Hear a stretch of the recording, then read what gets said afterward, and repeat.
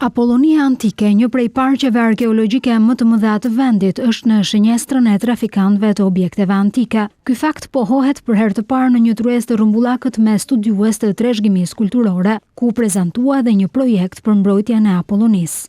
Pra kemi zbuluar që është bërë bërimi, është prishur gjithë materiali që është gjenë brenda në një varr, apo gjithë stratigrafia e territorit dhe njëkohësisht është humbur gjitha informacion të cilin ne mund ta merrim nga dërmimi shkencor që mund t'i bëj. Shembull morën dhe vjedhje në Muzeun e Luvrit.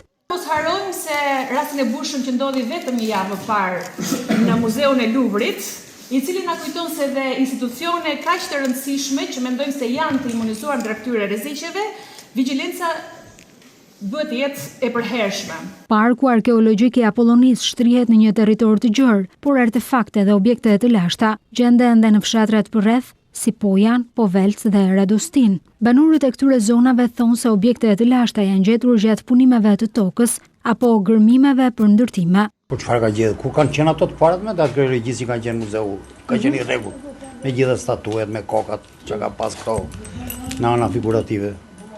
Tjetër që në gërmime dhe toka ka dhe në gjendë edhe në një metalik, në një diçka e tillë, në një bronca që mund të gjejnë njerëz. S'para kemi ditur në çfarë vlerë mund të kenë pasur ato ose si mund të shfrytëzohet. Po ka gjetur koka gjëra këtu.